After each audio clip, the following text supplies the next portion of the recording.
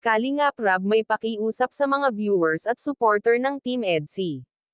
Bianzi at Edo kakayanin kaya nila? Bago ko ipagpatuloy ang maiksing reaction video na ito, hiling ko lang na patapusin ang panonood nito para malaman ang nilalaman nito, at kung bago ka pa lang sa munting channel na ito, paki-subscribe para lagi kang updated sa video ng mga kalingap.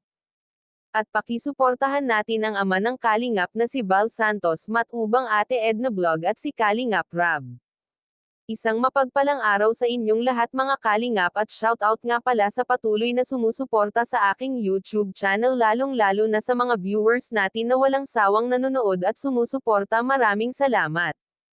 Alam naman natin lahat na kahit hindi manawagan si Kalingap Rab sa mga viewers natin, ay ginagawa naman ni Bianzi at Edo ang lahat para magkaroon sila ng malaking views.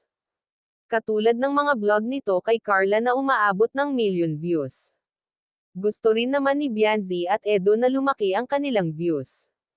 Marami nga tayong nababasa na mga grupo na pino-promote nila ang Team EDSI, talagang kinakalat nila para magkaroon ng malaking views or umabot ng million views. Pag umabot kasi ng million views at tuloy-tuloy na ang pag-viral ni Edo at Bianzi, lahat naman ng mga supporter ng Team EDSI ay nagtutulong-tulong para umabot ng million views ang EDSI, para mas marami pa ang matulungan na mahihirap.